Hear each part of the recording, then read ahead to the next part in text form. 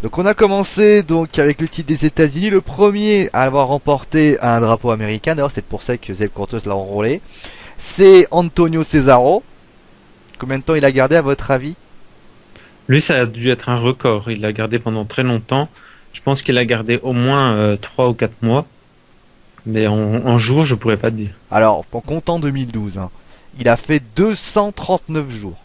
Oui, c'est un record. Hein. C'est un record. Il l'a affronté d'ailleurs, celui que Marie adore, le Miz.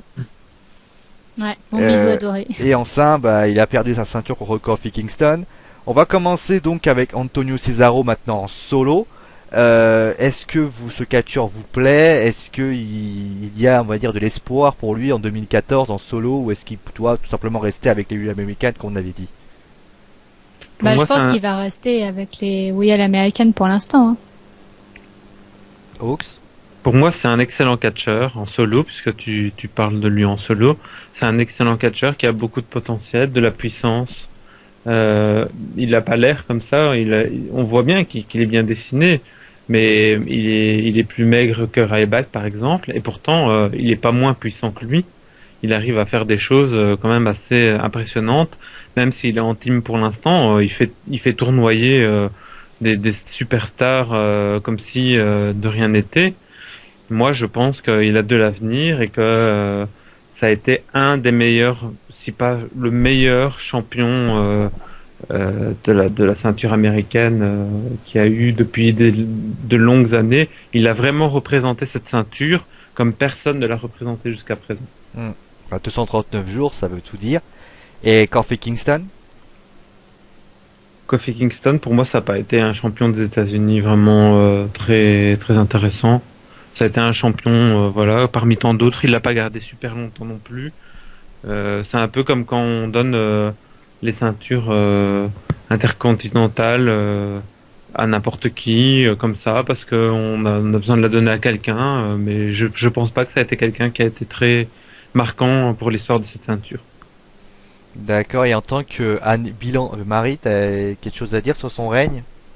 Non, bah pareil. Un peu décevant. Par rapport à l'année 2013 qu'il a accompli? Ah bah encore plus décevante. Hein. À part la rivalité avec mon Mizu adoré, évidemment. D'ailleurs, qu'il a un peu remis un peu au goût du jour. Quand on parlera, d'ailleurs, on va en parler du Miz dans quelques instants.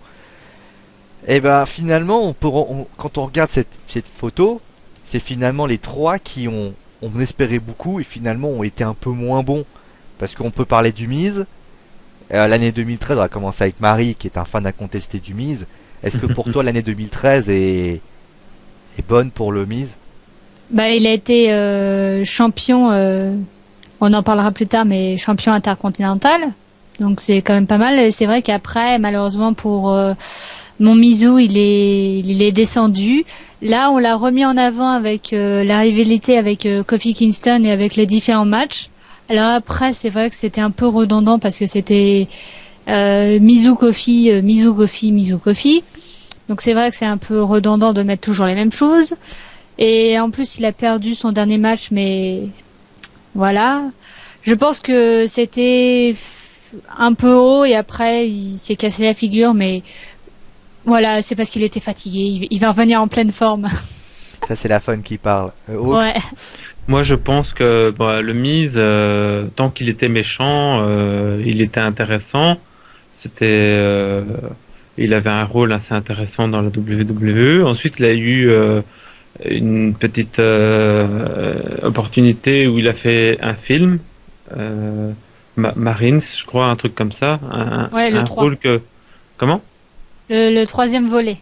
Voilà, un film que John Cena avait tenu le rôle avant lui. Que Marie a regardé 3 fois d'ailleurs.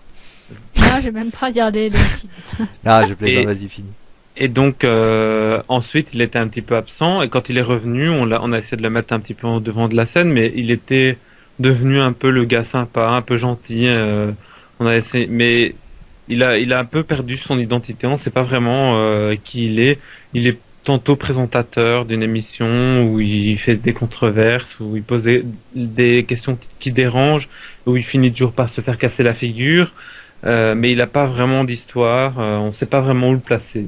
C'est vrai d'ailleurs, on peut en parler de son Miz TV. moi quand on a parlé du Miz TV, ça peut être une idée intéressante, comme le cutting edge, etc. Est-ce que quand vous pensez que vous savez qu'il va y avoir un Miz TV, est-ce que ça vous intéresse? Oui. Ah bah oui, il pose toujours des questions qui dérangent, quoi. On sait toujours que ça va finir par Miss KO ou l'invité qui s'en va ou le décor Qui explose. voilà, qui explose. Il se passe toujours quelque chose dans Miss TV, donc c'est toujours bien de la voir. Et puis là où il a été très intéressant, c'était par exemple quand Paul Heyman était sur la sellette et qu'on se demandait si c'était pas lui qui, euh, qui chapeautait le Shield pour essayer de garder le règne de CM Punk. Bah, Miz, il a posé des questions très intéressantes à Paul Heyman. Maintenant, il a un petit peu disparu. On voit plus beaucoup le Miz TV. Il doit y avoir quelque chose en arrière-plan dans la fédération. Ils savent pas trop où le mettre. Mais Moi, je pense pour moi, que Miz TV était intéressant. je pense que ça, le pire, c'est que c'est pas de sa faute d'ailleurs. Sa plus belle, le moment où il aurait pu être au point culminant et qu'il aurait pu être littéralement dominateur, c'est quand il avait fait son équipe avec R-Truth. Là, on avait vraiment la rivalité, l'équipe qui pouvait vraiment foutre le bordel à la fédération. Et malheureusement, cette équipe s'est dissoute par rapport à une raison, c'est qu'il y a eu un contrôle antidopage qui a été loupé par R-Truth. Et ce qui est quand même étrange, c'est que c'est le contrôle antidopage de R-Truth qui a précipité le Miz là où il est aujourd'hui. Et c'est quand même bizarre parce que il a pas été touché lui. Et finalement, bah, il a été essayé d'être gentil. La WWE avait fait un peu le tour du personnage Miz en tant que méchant. Ils ont essayé de le faire gentil.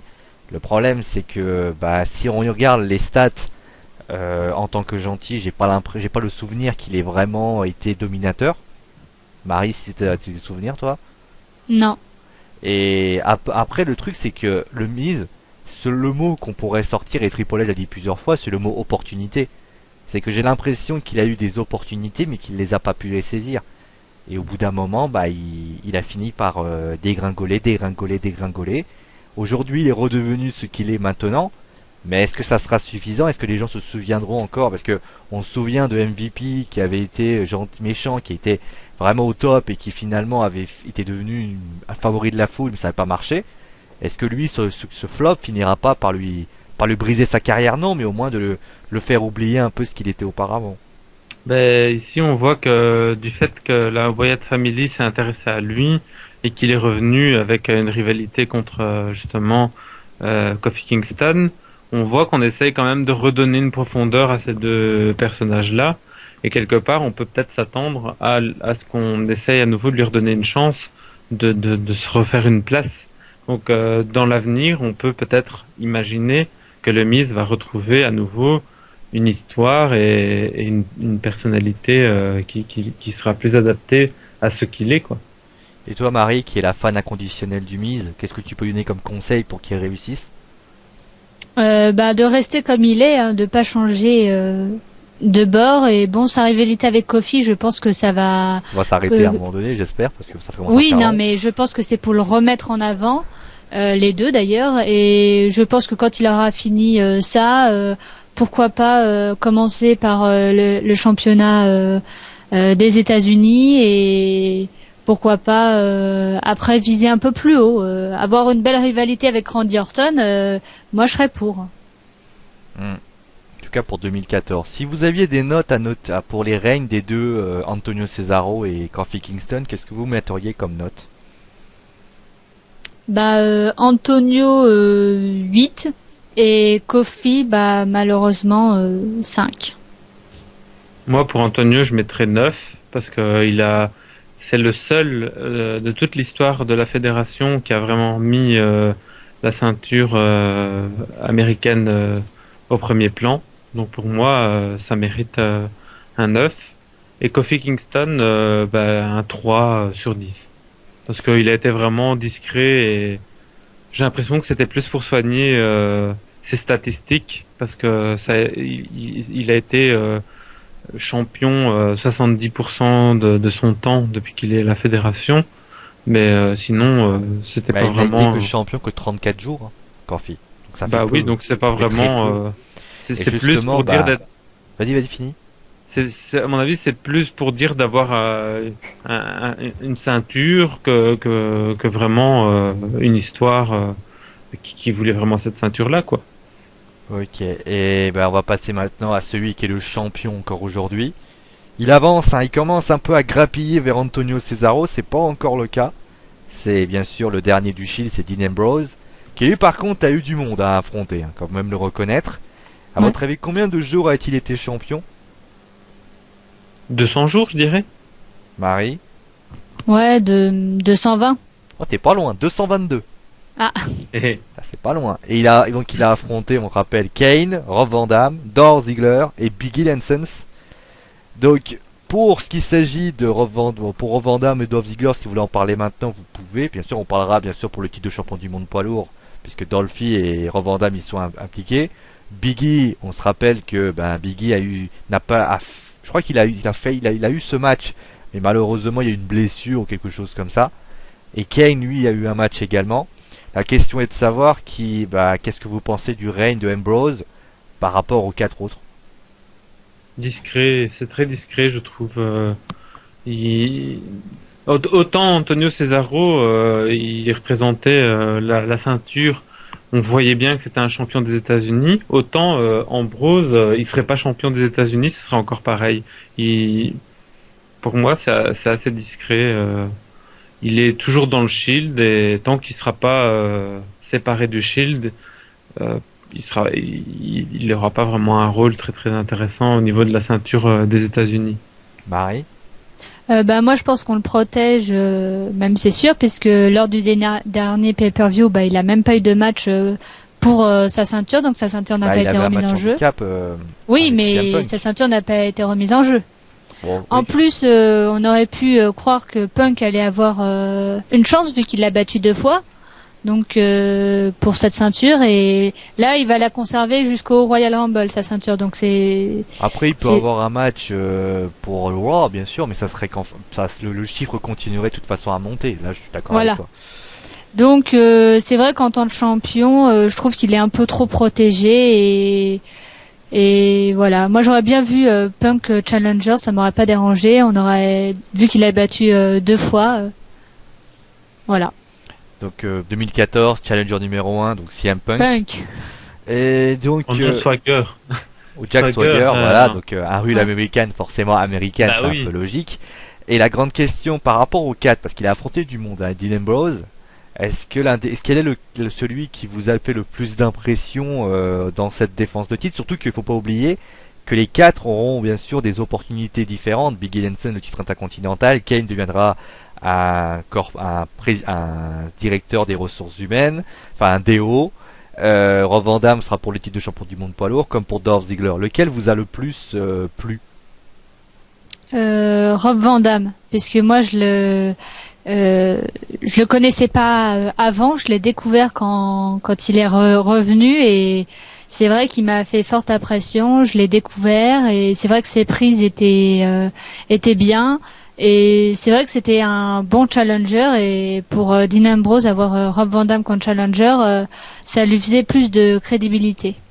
Moi, c'est Biggie Langston qui s'est un peu détaché du lot et qui a montré son potentiel. Et d'ailleurs, il a tellement montré un grand potentiel qu'après, il a eu l'occasion de pouvoir se battre pour la ceinture intercontinentale et il l'a gagné. Donc, pour moi, c'est lui qui se détache. Et pour parler, bien sûr, on va parler maintenant de celui qui... On avait pas mal d'espoir sur lui durant l'année 2013. Malheureusement, il a déçu pas mal de personnes. C'est Dolph Ziggler. L'année 2013 de Ziggler, en un mot, qu'est-ce que vous pourriez le dire? Catastrophique. Pas si catastrophique que ça, puisqu'il a été quand même champion du monde poids lourd et qu'il a gardé, je ne sais pas combien de temps, mais il a gardé un certain nombre de temps. 69. Non, pardon. 660. Attendez. J'ai pas noté. Là, je suis pas sérieux. J'ai oublié de le noter. Bon, c'est pas grave. En tout cas, En il tout aura. cas, il est resté un certain nombre de temps et il a montré quand même un très bon catch et il a très bien défendu cette ceinture-là. Après, il s'est fait battre malheureusement parce qu'il faut bien qu'on finisse par se faire battre. Mais le problème, c'est qu'après cette ceinture du monde poids lourd, ben il a été très discret, on l'a à peine vu, mais je pense que sa blessure qu'il a eue à la tête, sa commotion cérébrale, ne l'a pas aidé. Et il a été justement coupé dans son élan à partir du moment où il a eu cette commotion cérébrale. Après, on l'a vu très discret, très peu, et je pense que ça, c'est pas, on n'a pas voulu peut-être ébruiter des problèmes de santé à ce niveau-là. Mais à mon avis, il a dû en avoir, peut-être des migraines, peut-être, je sais pas, on peut imaginer des tas de choses, mais en tout cas, une commotion cérébrale, c'est pas quelque chose d'anodin non plus, quoi. Mais est-ce que, enfin, on peut bien sûr au niveau de la santé, mais est-ce que le Dolph Ziggler n'est pas le Miz qui était un petit peu, c'est-à-dire qu'on attendait beaucoup de choses de lui. Il a été champion et en 2012, il a été exceptionnel. Je crois que l'année 2012 a été très bonne pour lui. Et finalement, on s'est rendu compte que il n'a pas répondu présent en 2013 parce que quand on lui a offert cette ceinture, peut-être que c'est simplement un problème de capacité. Ses épaules n'étaient peut-être pas assez larges pour porter une telle ceinture et finalement les gens il s'est rendu compte, tu vas dire un peu tout seul quoi. Moi, je pense que Ziggler, c'est l'avenir de la WWE et que tu peux t'attendre à finir par le voir. Maintenant, bon, il y a plus champion de la WWE parce qu'on a réuni les deux ceintures, mais moi, je le voyais bien finir par devenir champion WWE avant que les deux ceintures ne soient réunies. Maintenant, potentiellement, je pense qu'un jour, on le verra champion. Il a l'étoffe pour le devenir. Autant, je pense que Ziggler a l'étoffe pour le devenir, que Miz, lui, n'en a pas les épaules. Marie, tu veux répondre? Il attaque le Miz, attention là. Ouais. Mais écoute, je suis fair play. Oui, je pense que Ziggler va avoir la ceinture. Je pense que maintenant que les ceintures sont réunies, c'est peut-être un peu pas tout de suite parce que les deux ceintures, je pense qu'ils seraient trop vite débordés. Mais pourquoi pas une ceinture intercontinentale pour débuter et Miz, il va rebondir. Je ne m'en fais pas de soucis. Miz a du ressources. Et pour De Ziggler, toute façon, ouais, pardon. Bah Ziggler aussi, je pense qu'il va rebondir. Je pense que là, il est dans une mauvaise passe et que j'espère que 2014, il va réavoir les titres. Les deux ceintures réunies, maintenant que c'est réuni, je sais même plus si c'est deux ou une ceinture maintenant ils vont garder les deux ou ils vont la transformer en une. Mais je pense que ce serait trop tôt et trop dur pour lui trop de pression, quoi. déjà ce qui serait bien, je Vaut pense. mieux commencer bas, tu vois. Ce qui serait Ceinture intercontinentale, ceinture des États-Unis. Tiens, et monter les échelons petit à petit. Je pense que déjà ce qu'il faudrait faire avec Ziggler, c'est qu'il fasse une belle exposition au Royal Rumble. Qu'il ne se fasse pas éliminer au bout de 3 minutes, qu'il reste une quinzaine, qu'il élimine 2 ou 3 personnes. Peut-être pas le dernier, parce que bon, je pense que les derniers ce sont les potentiels vainqueurs du Royal Rumble. Mais s'il reste dans les 5, 6, 7 derniers, déjà il aura réussi son Royal Rumble. Et il pourra quand même prétendre quelque chose. Et surtout, ça nous permettra de voir si la WWE compte sur lui en 2014, ou est-ce qu'il va rester un petit peu comme toutes ces superstars qui ont monté très vite, mais qui finalement n'aura pas eu d'impact véritable lors de la fédération. On se souvient qu'il y a des catcheurs qui ont été exceptionnels, les gens, l'exemple le plus connu c'est Daniel Bryan, qui finalement a eu le titre, qui finalement maintenant n'a quasiment plus ne tourne plus quasiment autour. Ah bah oui, mais je ne suis pas d'accord avec toi parce que je pense qu'on l'a bien exposé et que je dirais en fin de vidéo ce que je vois pour lui pour WrestleMania. Voilà, donc si vous aviez une note à faire pour Ambrose, vous mettrez combien? Bah 6 parce qu'il me déçoit. Je trouve qu'il est trop protégé. 6-5, voilà. 5 parce que il est trop discret. D'accord. Ouais. Et on va parler de Kane, bien sûr, avec l'autorité plus globalement. On va passer maintenant au titre intercontinental. Tiens, le Miz a été champion. Eh ben oui. Donc on va commencer. Donc ça a commencé. On parlera d'ailleurs de Wade Barrett et sa nouvelle chronique. Je sais pas si vous l'avez vu. Ouais, ben voilà ce que j'en pense. Ouais. Donc Wade Barrett a gardé cette ceinture 168 jours. Puisqu'il l'a perdu avec le Miz à WrestleMania, où le règne a duré un jour. C'est pour ça il a gardé cette ceinture un jour. Où d'ailleurs, pour information, c'est celui qui a eu le règne le plus court de l'année, puisque même Daniel Bryan l'a battu, puisque Daniel Bryan a gardé cette ceinture un jour et quelques minutes. Ça joue à pas grand chose, mais bon, le Miz a quand même été celui bon. On va commencer. Bon, le Miz, on en a déjà parlé, on peut en de rajouter. Par contre, on va parler de Wade Barrett. L'année de Wade Barrett, si vous aviez à l'expliquer déjà. Bah, Wade ah, Barrett, vas-y. il a eu un début d'année assez intéressant, et puis il s'est fait oublier de plus en plus. On commence à reparler un petit peu de lui avec sa nouvelle rubrique, mais plus en tant que catcheur proprement dit. On l'a même vu en tant que barbier, c'est pour dire à quel point il est vrai. descendu bas. À quel point il est descendu bas. Franchement, voilà quoi. C'est pas quelqu'un qui a réussi à faire sa place cette année. Marie. Ouais, moi je suis pas tout à fait d'accord avec Hawks. Alors je vais vous expliquer les à côté, c'est qu'en fait Wade Barrett, pourquoi il est parti, tout simplement parce que sa carte Visa pour travailler, C'est pas la carte bleue, hein, je précise. ouais voilà, n'était plus à jour. Il avait des problèmes et c'est pour ça qu'on l'a plus vu. Donc il faut un visa pour travailler en tant que catcheur, et donc lui c'était pas à jour, ou je sais pas trop ce qui s'est passé, mais c'est pour ça qu'on l'a plus vu. Donc maintenant il est revenu. Est-ce que son problème est résolu? Je pense. Pourquoi il ne catche pas, ça je pourrais pas vous dire. Peut-être qu'il est blessé. Alors après sa chronique, voilà. Moi, il me manque en Vous tant aimez pas que- les mauvaises nouvelles de Wade Barrett, vous. Hein. Bah c'est pas ça, c'est que je trouve qu'il est mieux en tant que catcheur. Son barrette barrage, c'était pas mal.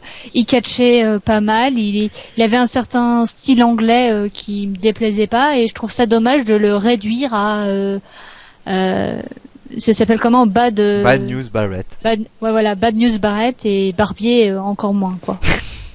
Surtout J'espère que qu'il va revenir pour le Royal Rumble et qu'on va le Le faire problème catcher. de Barrett, c'est que déjà ce mec a eu plus de thèmes d'entrée que, je crois, là, en 2013, il a eu plein de thèmes d'entrée. J'ai jamais vu ça. Il a changé Ouais. de thème d'entrée au plus rapidement. Donc déjà, son personnage n'est pas stable. Ensuite, tu l'as dit toi-même, il a changé de gimmick puisqu'il a devenu le Bad News Barrett. La première, déjà, moi j'ai pas d'a priori sur ces. Il peut très bien discuter, dire. Le but du jeu, c'est de balancer des mauvaises nouvelles. Bon, tu te dis pourquoi pas, ça peut être intéressant s'il essaye un petit peu de se démarquer en disant moi je suis là, ne m'oubliez pas. La première chose qu'il a balancé, c'est dire que les gens qui ont mangé à Thanksgiving risquent d'être malades demain. voilà. Je Donc, me c'est suis très arrêté, intéressant, je quoi. veux dire, je me suis arrêté, bon, j'ai rigolé un bon coup, je me suis dit, mais j'ai rigolé de manière de dire, mon pote, la seule chose dont tu te souviens pour parler de la WWE, c'est qu'à Thanksgiving, demain, on sera malade. Voilà. Donc Donc, déjà, moi je trouve que c'est vraiment pas du tout intéressant. quand tu changes de personnage, il faut que le personnage il te marque. C'est-à-dire, il faut pas que le personnage soit effacé. Que y ait Thanksgiving, sincèrement, je sais pas, vous aimez Thanksgiving vous? Ouais, Bah. c'est pas une fête déjà européenne, donc on la connaît pas très bien. Donc voilà, donc finalement, est-ce que les gens américains ils en ont vraiment eu savoir que demain ils vont être malades? Non. Je Pas pense pas. totalement convaincu. Mais enfin voilà, c'est un petit peu ça le problème, c'est que je pense que pour l'instant ils sont en train de lui mettre une espèce de personnage en balançant des mauvaises nouvelles. Est-ce que ça, quel est le but? Je vois pas vraiment l'intérêt, à part s'il veut balancer des mauvaises nouvelles en disant tu vas perdre demain. Merci, je suis au courant, merci, c'est sympa. Mais sinon ça reste pas plus. Et justement, comme l'a dit Marie, il a ce côté anglais, Manchester. Je sais pas, il faut peut-être qu'il se fasse coacher par Sir Alex Ferguson pour qu'il puisse un peu aller mieux. Mais je sais pas, il va falloir qu'il change très très vite parce que là pour le moment, il tourne en rond et à force de tourner en rond, ça va devenir un petit peu un problème quoi. Bah, il a du potentiel, mais il n'est pas assez exploité. Il est arrivé à la WWE dans une espèce de clan. Il était le leader du clan, je ne sais plus comment ça s'appelait, La Nexus. The Core. au Nexus. Puis après, il a C'est pas disparu. The Core après? Oui, il y a The Core et Nexus.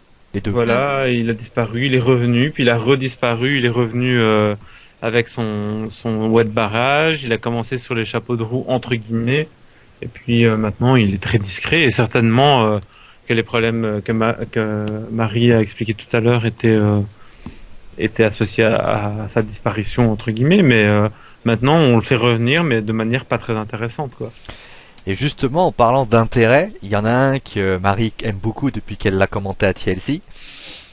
Marie, tu peux l'appeler? Fandango. Ça fait pas plaisir, Ox. C'est bien, hein? Très bien fait, très bien Ah, fait. la seule chose que j'ai... t'as eu combien de vues sur YouTube juste pour le Fandango? Je sais pas, mais en tout j'ai eu une 70aine de vues. Ah bah donc- t'as 70 fans, ça y est. Mais Voilà. c'est déjà plus sensuel que certains autres. Ah bah, ça fait bizarre quand même, hein. Donc, désolé pour ceux qui vont perdre une oreille. Bon bah, faut savoir une chose, c'est que Fandango aurait dû avoir un match de championnat, malheureusement, bah, il s'est pris une commotion cérébrale. Ouais, il l'a pas eu. D'ailleurs, faut pas oublier qu'il a été le concepteur du Fandangoing. Le nanana là. Et donc, la question que je vous pose, c'est, est-ce que Monsieur Fandango, est-ce que ça vous a plu, son année 2013, qu'est-ce que vous en avez pensé? Je dirais qu'il a été aussi sous-exploité. On a fait beaucoup de tapage autour de son arrivée. Il a gagné contre Chris Jericho, faut pas l'oublier. Oui, Ouais. mais justement, c'est pour ça que je dis qu'on a fait beaucoup de tapage autour de son arrivée. Et il est arrivé vraiment en fanfare. Au début, il refusait de se battre.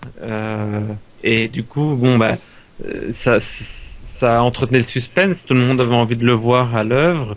On l'a vu enfin à l'œuvre. Il a gagné son premier match à WrestleMania. C'est quand même pas rien. Et puis, il a continué avec son Fandango. Et puis maintenant, voilà, on le voit plus que pour des petits galas de danse ou des petits concours de danse, des trucs comme ça.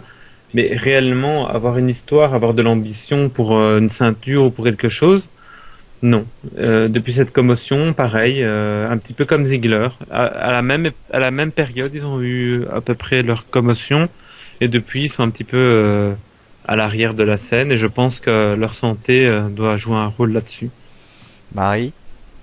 Oui, bah, je trouve qu'on le met pas assez en avant. C'est dommage parce que son dernier match, bah, la surprise générale, il l'a gagné, hein, donc il est pas si Contre si Ziggler, nul d'ailleurs. que ça. Ouais, contre Ziggler.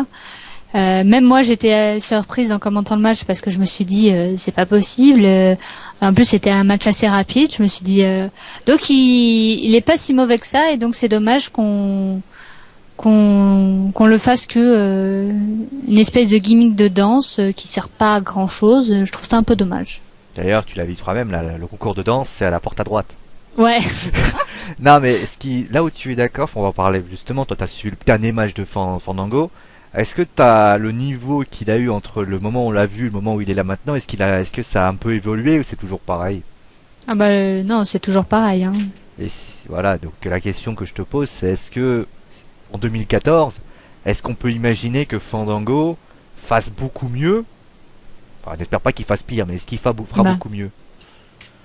Bah, de toute façon, il peut que faire mieux, là. C'est dur de faire pire, hein. Bah si, s'il a une des défaites à d'affilée, il a gagné quand même. Ouais. Bon, il a gagné qu'une seule fois, hein. Quand même, donc il a gagné, mais ça peut, comment dire, cette victoire peut être un bon espoir pour l'année 2014. Ouais. Je peux pas Le convaincre. problème, c'est que c'est encore une fois le rigolo de service Fandango. Ouais, voilà. Vraiment, il n'est pas vraiment là spécialement pour se faire un nom ou des choses comme ça. Je pense que, comme il vient d'arriver, il a même pas un an dans la fédération. Il aura seulement un an à WrestleMania. Pour l'instant, il n'a pas encore sa place pour ça, quoi. Mais il est tout jeune, il est tout nouveau. On ne peut que lui espérer de faire meilleure impression pour la suite. Ça sera le but. Et d'ailleurs, il y en a un qui fait une forte impression, bien sûr, c'est le champion continental. Il y en a eu deux quand même, deux catcheurs de NXT, faut pas les oublier. Le premier, c'est bien sûr Curtis Axel. Curtis Axel qui, bien sûr, a été d'abord qu'on l'appelait Nigel McCullough. Ça c'est du nom ça. Et qui finalement a conservé sa ceinture 155 jours. D'ailleurs, faut savoir que lui a remporté cette ceinture grâce au forfait de Fandango. Oui. Ça prouve quand même que des fois, qui va à la chasse perd sa place, comme on dit. Et donc, il a eu comme challenger le Miz, Kofi Kingston et R-Truth. Déjà, on va parler du règne de Curtis Axel. Est-ce que ce règne vous a plu ou est-ce que vous vous dites ouais, bof? Non, c'était quand même un bon règne. Maintenant, c'est vrai que depuis qu'il a perdu cette ceinture, c'est plus ouais, mais bof. Malheureusement pour L'année lui. 2013 pour toi, c'était en dents bien. de scie. C'est en dents de scie, c'est bien, mais ça aurait pu être mieux. Bah c'était bien quand il avait cette ceinture. Maintenant qu'il l'a pu et qu'on l'a mis avec Ryback, je trouve déjà je comprends pas trop pourquoi et je trouve ça un peu dommage parce que ils s'entendaient pas. Moi, j'aurais plus vu Ryback trahir Curtis Axel, avoir une rivalité avec lui, trahir Paul Heyman, trahir Brock Lesnar. Et là, ça aurait été intéressant. Et maintenant qu'il a perdu cette ceinture, je vois pas trop pourquoi on le met avec Ryback, quoi. Je trouve ça un peu dommage pour lui, quoi. Et Hawks? Moi, je pense que ça a été un bon règne. Déjà, il faut savoir que pour ceux qui sont pas au courant, il a eu la ceinture le jour de la fête des pères. Et son père, c'est quand même un des plus grands détenteurs de la ceinture intercontinentale. En hommage à cet ancien catcheur-là, il a réussi quand même à tenir cette ceinture pendant un nombre record. Et comme Antonio Cesaro a réussi à donner de la valeur à cette ceinture, ben, je pense que lui aussi a été une des personnes qui a réussi à remettre un peu de valeur sur cette ceinture qui était laissée un petit peu à l'abandon. Maintenant, quand on dit que sa carrière est en dents de scie et qu'on comprend pas vraiment pourquoi il est avec Ryback maintenant, je pense que c'est temporaire, le fait qu'il soit avec Ryback, ça va pas rester comme ça pendant trop longtemps. Maintenant, Paul Heyman a dit qu'il allait revenir et qu'il allait se venger. Je pense que un combat Brock Lesnar contre Ryback et voire même comment ici Curtis Axel, ça serait quelque chose qui pourrait arriver. Donc il faut pas trop vouloir trop vite. Je pense que ça va venir. La fin des Paul Heyman Guy entre guillemets vient seulement de se faire assez récemment. Je pense que pour la suite, maintenant, il faut attendre un petit peu que les choses se fassent. Non, mais je pense que, comme Hawks l'a dit, si on avait mis Curtis Axel sans titre intercontinental et qu'on l'aurait, par exemple, je sais pas, lui dans un coin, on l'aurait peut-être oublié. C'est pour que la WWE ne l'oublie pas et le mettre avec Ryback de manière à dire, bon, bah voilà, on monte en équipe. Et je pense, comme l'a dit Hawks, c'est temporaire. À un moment donné, il va revenir un peu en solo et je pense qu'il a besoin, faut pas oublier que Curtis Axel, c'est pas non plus le petit gars expérimenté. Il est jeune, il a besoin de développer ses qualités. Il est en train de les développer et surtout, bah, comme il a dit, c'est un petit-fils, c'est un fils d'eux. Et finalement, bah, je pense que déjà ce titre intercontinental, 155 jours pour un gars de son âge, et comme l'a dit Hawks, c'est quand même quelqu'un qui a réussi à redorer un peu le blason de ce titre intercontinental. À son âge, quand même, c'est pas facile. Et finalement, j'ai l'impression que bah, c'est quand même de beaux espoirs. Moi, je fonde de beaux espoirs sur lui. Bon, peut-être pas l'année prochaine, mais dans les années à venir, bah, Curtis Axel pourrait très très bien devenir une grande superstar de la fédération. Et moi, j'ajouterais même que c'est pas à la portée de tout le monde d'arriver, parce que oui, il avait un autre nom avant, mais en tant que Curtis Axel, il est arrivé seulement cette année. Il arrive et il a une ceinture directement. Donc, et il l'a gagné cette ceinture. Ouais. Il l'a pas volé, il l'a gagné. Donc, en plus, il a aussi un charisme. Il est un peu, il me fait un peu penser souvent à celui qui jouait dans 300, avec la barbe et les cheveux. Non. je sais pas. Le film dans 300, les Spartiates. Ah, je sais pas. Tu l'as pas vu le film? Non, j'ai pas vu les Spartiates. Il me fait penser un peu à l'acteur, en tout cas. Bah, si vous savez qu'est-ce que sont les 300, les Spartiates, vous n'hésitez pas, vous envoyez un message, je transmettrai à Hawks. Je te le montrerai plus tard. D'accord, merci. Non, mais voilà. Et il a du charisme et il a un potentiel pour faire quelque chose dans la fédération. Moi, je fonde des espoirs sur lui beaucoup plus que certaines autres stars. Marie, tu fondes des espoirs aussi? Oui, bah j'espère que Ryback c'est que temporaire et qu'il va revenir tout seul. Pourquoi pas pour une plus grande ceinture. Ouais. Bon, on va parler quand même de celui qui l'accompagne. C'est Paul Heyman. La question que je vous pose, donc Paul Heyman, on peut quand même considérer qu'il a été champion de la fédération et celui qui a été champion continental, puisqu'il a été quand même dans une belle écurie. La question que je vous pose, c'est Paul Heyman cette année, qu'est-ce que vous en avez pensé? Marie ou moi ou allez-y, bah, chacun son tour. Enfin, chacun votre.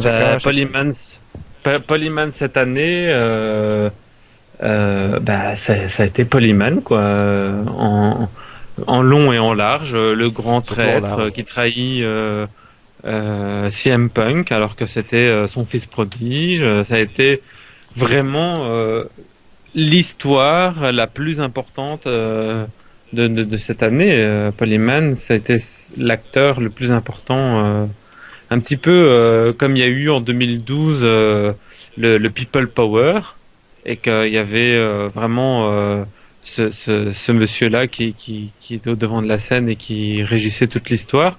Ah ben, pour ce qui est de l'année 2013, c'est Paul Heyman qui était l'acteur principal de l'histoire de la WWE. Marie? Ouais, je suis tout à fait d'accord. En plus, la trahison avec Punk, mais c'était du génie machiavélique avec vas-y, je te soutiens, je tape sur le ring, je t'encourage et hop, le coup d'échelle, les insultes qu'il lui a sorties avec le kendo stick et tout ça. Non, c'est moi, j'étais pas très pour, mais c'était quand même bien joué de sa part. Non, mais ce qui est bien avec Paul Heyman, c'est qu'à chaque fois qu'il est là, en général, il se fait détester par tout le monde. Et en plus de ça, il arrive quand même à offrir de l'émotion, chose que certaines superstars, enfin, certains managers ou même superstars n'arrivent pas à faire. Ce qui peut avoir un lien bien évidemment avec ce qu'il sait faire auparavant. On sait que Paul Heyman a été à la ICW, a été un grand dirigeant de la WCW. Il a toujours su sortir le meilleur d'eux-mêmes de ses superstars. Donc finalement, il doit y avoir un petit lien. Est-ce que vous verriez un jour Paul Heyman manager général? Moi, je le verrais pas. Quand tu dis manager général, Ah, c'est pour Raw ou pour Raw ou SmackDown, SmackDown. tu veux dire. Pourquoi pas? Il a en tout cas les épaules pour le faire. C'est un excellent. Moi, c'est un méchant que j'adore en fait. C'est un peu contradictoire de dire ça, mais c'est quelqu'un qui est capable d'offrir un jeu de scène particulier. Il peut tantôt être machiavélique et faire des grimaces très méchantes, et tantôt devenir pitoyable au milieu du ring à supplier qu'on le frappe pas. Et quand tu vois à quel point il a quand même réussi à garder sa contenance et son calme quand il est arrivé à Hell in a Cell dans la nacelle qui Ça, déconnait, c'était qui voulait pas collector, ça. avancer. Voilà, c'était collector, mais je veux dire, il s'est pas démonté pour autant, il s'est pas montré gêné ou quelque chose comme ça. Il a quand même gardé son rôle. Il regardait, il avait le menton levé, il était très fier, il était très. Et franchement, c'est quelqu'un qui vaut le coup. Et puis en plus, je rappelle quand même qu'il a reçu des coups de kendo stick dans le dos. Pas la deuxième fois, la deuxième fois, il avait une grosse plaque dans le dos, mais la première fois, il était habillé en costard, et je pense que il a quand même du mérite de se ramasser des coups comme ça, alors que c'est un mec qui a quand même 50 ans et qui est pas catcheur, ni cascadeur, ni rien du tout, quoi. Puis monter au haut de cette cage, comme ça, à son âge, euh, supporter d'être à cette hauteur-là et de prendre ce risque, c'est quand même aussi impressionnant. Moi, je pense que c'est quelqu'un qui a les épaules pour être futur, mana- euh, comme tu l'as dit, manager soit de Raw ou de SmackDown. Marie? Ouais, je suis tout à fait d'accord. C'est bien, j'adore quand on est d'accord.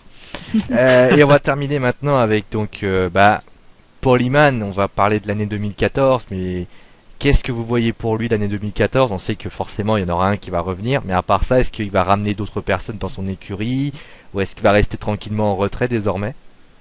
Non, je pense qu'il va revenir pour se venger, qu'il va ramener l'artillerie lourde Brock Lesnar, pourquoi pas d'autres catcheurs, et qui va revenir en mode vénère. T'as vu, tac tac. Maintenant, on va terminer avec R-Truth. Qu'est-ce que vous avez pensé de R-Truth cette année? Est-ce que vous êtes est-ce que ça vous a ébloui? Est-ce que vous êtes étonné, ou est-ce que vous êtes déçu par rapport à ce qu'il a fait? Mais il est revenu assez tard quand même, hein. R-Truth, on l'a pas vu beaucoup dans l'année 2013. Il est revenu assez discrètement, où il a fait un ou deux matchs comme ça contre Fandango et puis après il n'a pas été vraiment. Bah, ça a été quelqu'un. Il a fait son retour quoi. Ben, c'est aussi quand même un. Je vais pas dire un vétéran, mais il est là depuis un certain temps dans la fédération. Il a jamais eu vraiment de grande histoire non plus. Je crois qu'il a une ceinture des États-Unis et une ceinture intercontinentale pendant l'année 2013. Son seul fait d'armes, c'est, enfin, dans toute sa grande carrière, c'est un match pour le titre de la WWE. Voilà, moi, je pense que c'est quelqu'un qui a pas des ambitions démesurées dans la WWE. Il veut être là pour catcher et il aime bien faire son rap, amuser la foule, mais il a pas prétention de vouloir être champion du monde ou quoi que ce soit. Je pense que on le verra jamais au devant avec une grande ceinture de champion, quoi. Surtout qu'il faut pas oublier qu'il a une prise qui est désormais pour rendre hommage à Zlatan Ibrahimovic. Donc ça peut aider. Bon, non, mais qu'est-ce que... Bah, on va commencer, bien sûr, à... T'avais dit quelque chose à dire, Rox? Je voulais juste ajouter que, néanmoins, malgré qu'il n'ait pas prétention, d'après moi, d'être un grand catcheur, bah, il arrive à faire des prises, à allier la danse avec le catch, beaucoup mieux que Fandango, et que il a des gestes techniques quand même très intéressants, et que ça reste un catcheur pour moi que j'aime beaucoup, même il est discret, il arrive quand même à faire parler de lui, et que c'est un excellent catcheur pour moi. D'accord. Et donc, si vous deviez noter le règne de Axel? 9. Marie? 9. Moi je dirais 8. Allez, 8 et 9, ça fait 8 et demi, à peu près, c'est bien. Bon, allez, maintenant on va finir avec le dernier, celui qui est pour l'instant champion continental. C'est Biggie Lansons, qui pour l'instant, bien sûr, il a affronté Curtis Axel, mais le seul challenger qu'il a eu, c'est Damien Sandow. La question que je vous pose, on va commencer par parler, bien sûr, avec Damien Sandow. Déjà, bah, qu'est-ce que vous avez pensé de son année 2013 à Damien? Bah, vas-y.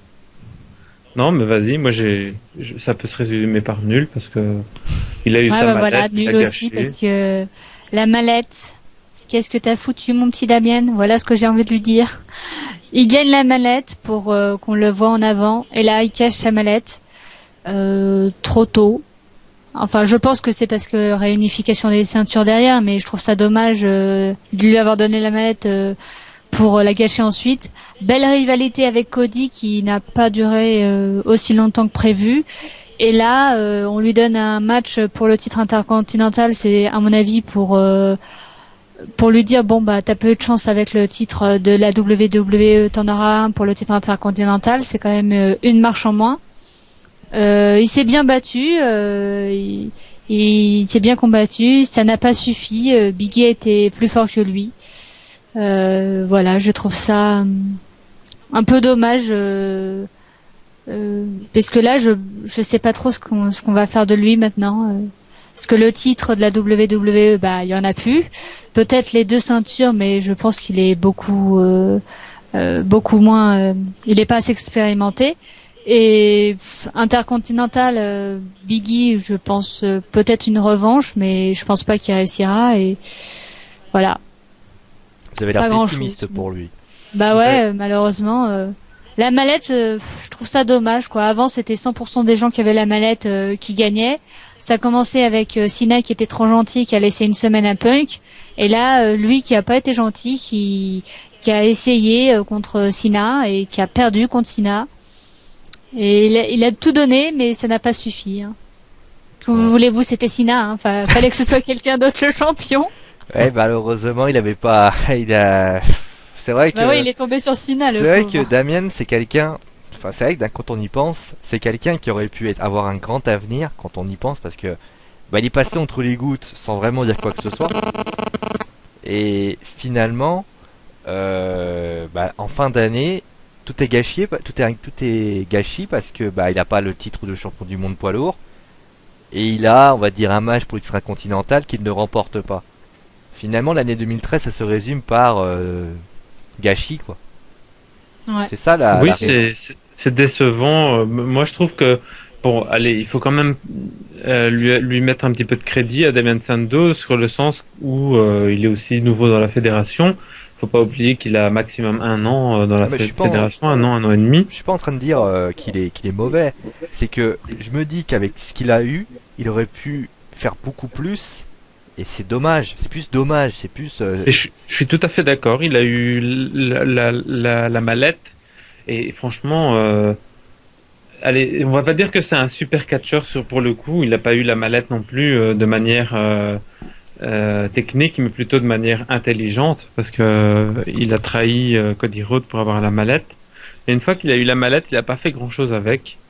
Ça a été plus rigolo il a cherché dans le canal là et qui savait même pas nager. Mais après, j'ai rien compris de ce qu'il a fait avec la mallette contre John Cena. Là, franchement, il s'était gâché quoi. Il a eu des super occasions en plus contre Alberto Del Rio qui a terminé dans des états incroyables. Il aurait vraiment pu utiliser sa mallette plus intelligemment, un peu comme Dolph Ziggler l'a fait. Il a gardé sa mallette pendant longtemps lui aussi, Dolph Ziggler, mais il l'a utilisé de manière intelligente. Et lui, pour le coup, on sent bien que c'est un nouveau catcheur qui a pas l'habitude, qui a pas l'expérience et ben voilà, il a eu une trop grande responsabilité à un mauvais moment. Mais je pense que pour l'avenir, le personnage qu'il joue, il a de la chance d'avoir un personnage qui est intarissable. Il sera toujours utile dans la fédération. Et je pense qu'on peut s'attendre à ce qu'il ait une année 2014, voire 2015 intéressante. Non mais c'est vrai que son personnage déjà peut soit énerver, soit faire rire. Parce que je pense d'ailleurs que ce que serait bien, c'est limite de faire un espèce de Sheldon de Big Bang Theory, c'est-à-dire un mec complètement qui en a rien à faire des autres et qui, on va dire, soit beaucoup plus imbu de lui-même, qui parle d'intelligence beaucoup plus. Et c'est vrai que c'est ça, c'est dommage parce que il aurait pu avoir quelque chose de fort et malheureusement c'est comme si on avait une belle année, on se dit ouais, il a fait une belle année, super, des victoires et finalement on se finit par se dire ouais mais t'as la mallette, tu l'as pas réussi mec.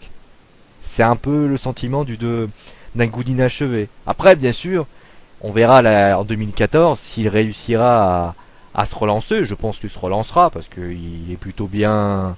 Il commence un petit peu à se faire connaître. Après, bon, ben voilà, n'est pas John Cena qui veut. Et bon, je pense que déjà, ça va plutôt être une belle idée pour ça, pour son palmarès. Et je pense qu'il n'y a pas de raison qu'il réussisse pas en tout cas. Mais il a le potentiel pour devenir un peu comme vous voyez Zeb Colter qui est un mentor entre guillemets et qui arrive à retourner le cerveau de Antonio Cesaro et de Jack Swagger. Ben, je pense que lui aussi il a vraiment le potentiel et le bagou, la manière de parler pour être un mentor. Bah, il cherchait un apprenti à un moment donné. Ben voilà, il l'a pas trouvé, mais il a cherché. Ça finira par arriver un petit peu comme CM Punk à l'époque où il avait la barbe et les longs cheveux, qu'il était le mentor et qui rasait les cheveux de tout le monde. Bah moi je vois bien Damien Sandow devenir une espèce de gourou à un certain moment donné de sa carrière et avoir un plus grand rôle qu'il ne l'a pour l'instant. Pour l'instant il est au tout début de sa carrière et ça va arriver. Je pense qu'il n'y a pas de raison qu'il s'en sorte pas. Quelque chose à dire sur le champion continental, plus qu'on a déjà dit? Oui, je pense que maintenant que les ceintures sont réunies, ça va avoir une importance capitale. Cette ceinture va récupérer à nouveau de la valeur et que malheureusement, entre guillemets, Biggie Langston a obtenu cette ceinture à un mauvais moment parce que maintenant, elle va être... c'est un peu comme si, à la base, cette ceinture avait été quelque chose d'assez léger à porter sur ses épaules parce que c'était une ceinture qui était discrète, qui était pas très importante, et tout d'un coup, elle prend de l'importance et il porte quelque chose de nettement plus lourd sur ses épaules maintenant, parce que autant il y avait des championnats importants pour la ceinture de champion du monde poids lourd et champion WWE, que maintenant tout le monde va se ruer sur les ceintures intercontinentales et des États-Unis. Marie, il a beaucoup de boulot pour les années à venir. Ouais, bah, je pense pareil. Je pense que malheureusement, il va avoir de plus en plus de challengers et j'espère qu'il va réussir à supporter la pression et qu'il va garder cette ceinture le plus longtemps possible pour lui. Hein. D'accord. Bon, bah, je crois que c'est... Bah, bonne chance, Biggie. Hein. Ouais. On en a bien besoin. Bah, Biggie contre Ryback, j'espère. Bon, déjà, le Royal Rumble, il a un challenger. A priori. Non, mais la grande question aussi, c'est maintenant qu'on a essayé de réunir un peu tout le monde, est-ce que vous pensez qu'il faut réunir les titres des États-Unis et le titre intercontinental? Ah bah non. Non. Bah je sais pas, je vous pose la question, m'engueulez pas. Surtout pas parce que Ça serait il y a déjà une ceinture de moins. Ça fait plus que 3 ceintures individuelles, sans compter la ceinture pour les teams. Donc, ça serait pas intéressant de les réunir toutes les deux. Ça ferait plus que 2 ceintures pour autant de catcheurs, quoi. Je trouve déjà, j'ai même pas compris pourquoi ils ont réuni la ceinture du monde poids lourd et Justement, WWE. on va en parler de ça également, puisque bon, ils ont été sympas les gens. Bon, on en parlera de ça après. Il y a quelque chose à dire encore sur le titre intercontinental ou sur les Big E and Sons. Bon, la note déjà que vous lui mettez, même si ça a été un règne assez court. Un règne pour l'instant assez court, mais sur la saison 2013 de Big E. Un 7. Moi, je mettrais un. C'est difficile parce que au début, il a été très discret. Il était juste un espèce de protecteur pour Ziggler, et maintenant, il commence seulement à se détacher. Donc, je mettrais un 6. D'accord, 6-7. C'est bien, vous êtes à côté, c'est bien. Allez.